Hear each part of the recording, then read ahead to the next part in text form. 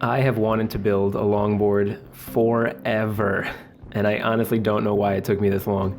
But I finally got around to it, and I figured I would make a video, show you guys step by step exactly how I did it. If you have any questions, any comments, any ways that I can improve, please let me know in the comments, and otherwise, enjoy.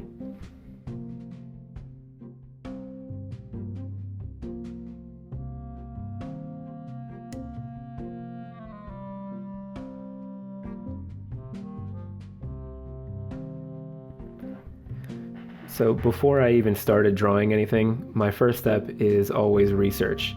Go online, check out different styles, different designs, see what sizes work for you, think about what kind of skateboarding you're going to be doing. For me, it was just going to be a cruiser. I'm just going to use it occasionally, so that wasn't super important. I ended up just going with kind of a classic look, somewhere between a surfboard and like an 80s skateboard.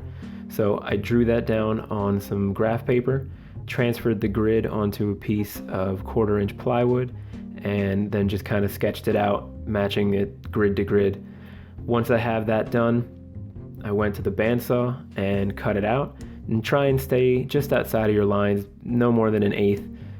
That way you have something to sand down to, and you're not going to make it too thin or have any kind of weird divots going into your template.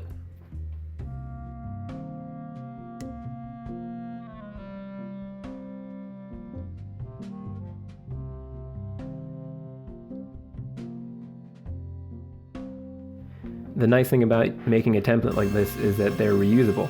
So if you like this style, you like this size, you can make as many as you want using the same template, but you can also make new templates, try out different styles, different sizes, and you can kind of have your own collection of templates as you go on. So once I finished cutting it out on the bandsaw, I just went straight to the belt sander. You can use the disc or you can use the belt and just try and smooth out all the edges, and you can tell just by running your hands across it. There shouldn't be any bumps, there shouldn't be any cracks or gaps, and once you've got that down, then you're ready for the next step.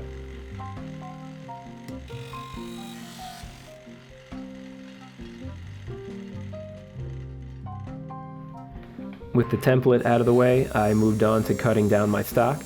So I ripped a couple pieces off of this bigger piece of oak.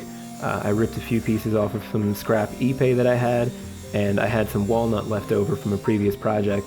And the design is completely arbitrary. You guys can make it look like whatever you wanted. I was going for kind of like a racing stripe, 70s look. So I just ripped down a few pieces, and then we assemble them for a dry fit and see how they look.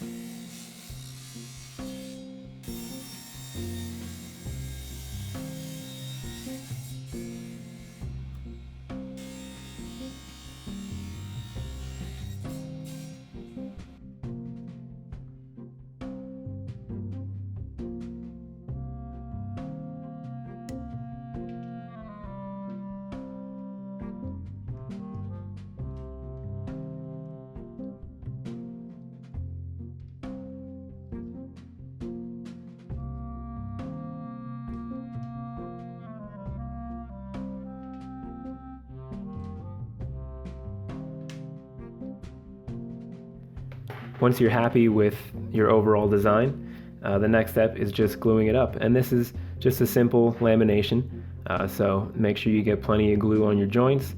Some people like to completely smooth out the glue on the face. I've honestly found that I don't have to, as long as you get enough glue on there, and you tend to cover a decent amount of it. When you put each piece on the next piece, you can kind of squeeze it a little bit, you can move it around, and that should help to push out some of the air from the joint. And honestly, that's left me with perfect seamless joints every time. You can never have enough clamps. You always have to make sure that you've got even distribution of clamping pressure, and that way your joints are going to be nice and tight.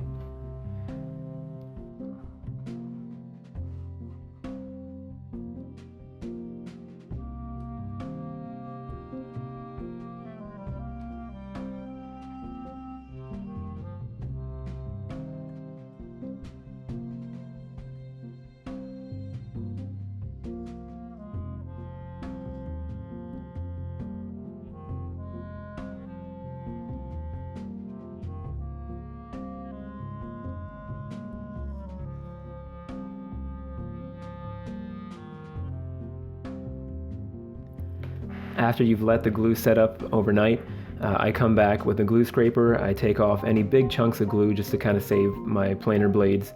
I scrape as much down as I can, and then I start running it through the planer until I have one flat side. Then I flip it over and get a parallel flat surface, and you end up with a beautiful, perfectly glued, perfectly flat blank ready to become a skateboard.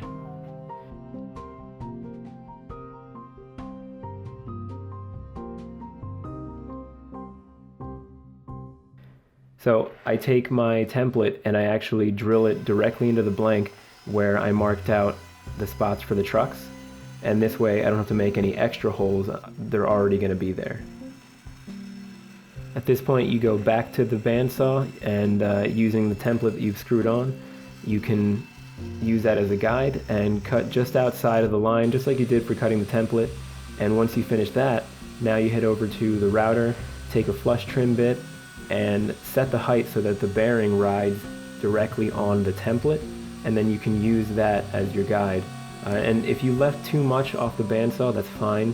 Just make sure you take multiple passes. Don't try to take it all in one time. I did that here with the end grain because I had left a little bit more than an eighth, and the end grain especially is prone to tear out. So I took my time and I just took multiple passes.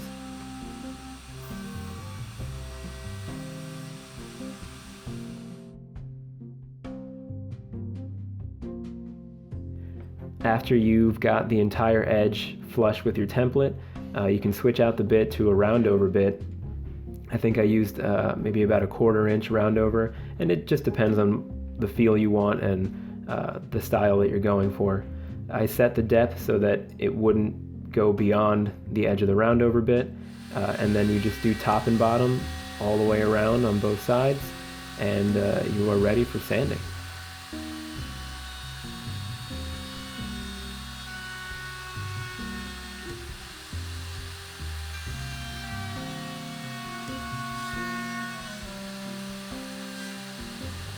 Nothing special here, just working your way through the grits. I start with 80, do top and bottom and the sides, and I go all the way up to 220. And when I'm done with 220, I'll take that and I'll hand sand the edges. Now I'm done sanding, and I'm going to go ahead and put my mark on there. I know it looks hideous, but trust me, it comes out and it looks great after a little bit of sanding. Once I drilled the holes for the trucks, I countersunk them so that the screws would sit flat.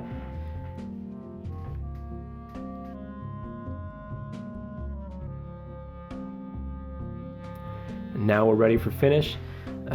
Just my typical finish here. I use some polyurethane, and I put on about 3 coats, sanding in between anywhere from 220 to 320.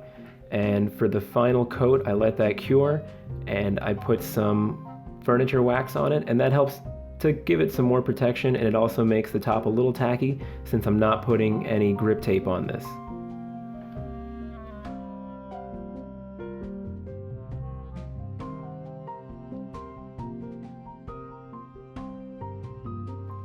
And there you go. This bad boy is all said and done. Now you've got a custom longboard. All you have to do is mount the trucks, and this bad boy is ready for a road test, which actually is what I did with the help of a few of my friends.